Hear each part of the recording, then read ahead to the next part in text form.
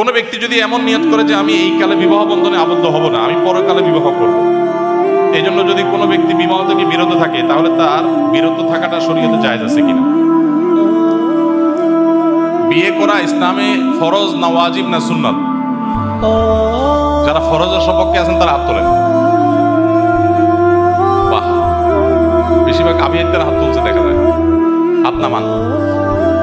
দেখুন, বিবাহ এটা সবসময় ফরজ না, সবসময় ওয়াজিব না, সবসময় সুন্নত না। সাধারণ সময়ে বিবাহ করা সুন্নত। সাধারণ সময় বিবাহ করা কি?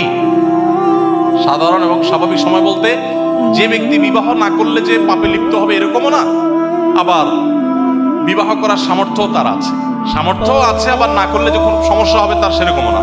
এরকম লেভেল পয়েন্টে থাকলে তার জন্য বিবাহ করাটা উত্তম, ভালো, সওয়াবের কাজ, সুন্নাত। না করলে সে সুন্নাত তরক করলো, অনুত্তম কাজ করলো।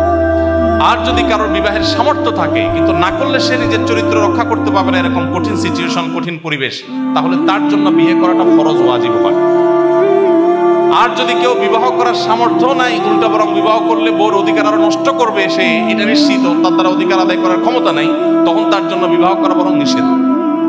তাহলে এটা ভ্যারি করে ব্যক্তির অবস্থার উপরে। সবসময় বিয়ে ফরজও না, সবসময় সুন্নতও না, সবসময় নিষেধও না, তবে সাধারণ অবস্থায় বিবাহ উত্তম কাজ। কেউ যদি বিবাহ না করে শুধু ইবাদতবন্দি করে থাকতে চায়, তাহলে সেটা তার জন্য জায়েজ আছে, কিন্তু উত্তম না। উত্তম হলো বিবাহ করে থাকাটা। হ্যাঁ, যদি কেউ বিয়ে করা ছাড়া দুনিয়া থেকে চলে যায়, তো সে কোনো জাহান্নামী হবে, ব্যাপারটা এরকম না। অন্য সব ঠিকঠাক থাকলে তার জান্নাতে যাওয়ার অপরচুনিটি বা সম্ভাবনা, পথ খোলা থাকবে। তবে ইসলাম বৈরাগ্যতার কথা বলে না, ইসলামে কোনো বৈরাগ্যতার অবকাশ নেই। সমস্ত ধর্মে দেখবেন পুরোহিততন্ত্র, বৈরাগ্যবাদ, এগুলোর অবকাশ আছে। এবং দেখবেন যে বিভিন্ন উপাসনালয়, অন্য ধর্মের উপাসনালয় কিছু মানুষ পড়ে থাকে, তাদের সংসার নাই, ধর্ম নাই, ময়লা আবর্জনা।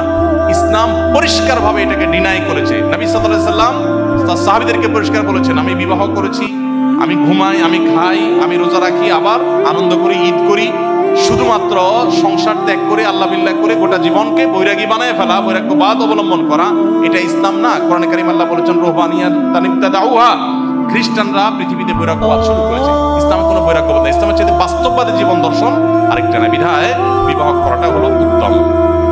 যদি কোনো কারণে কেউ করবেন না মনে করেন, এটা তার ব্যাপার, যদি তার চরিত্রকে হেফাজত করতে পারেন, গুনাহ হবে।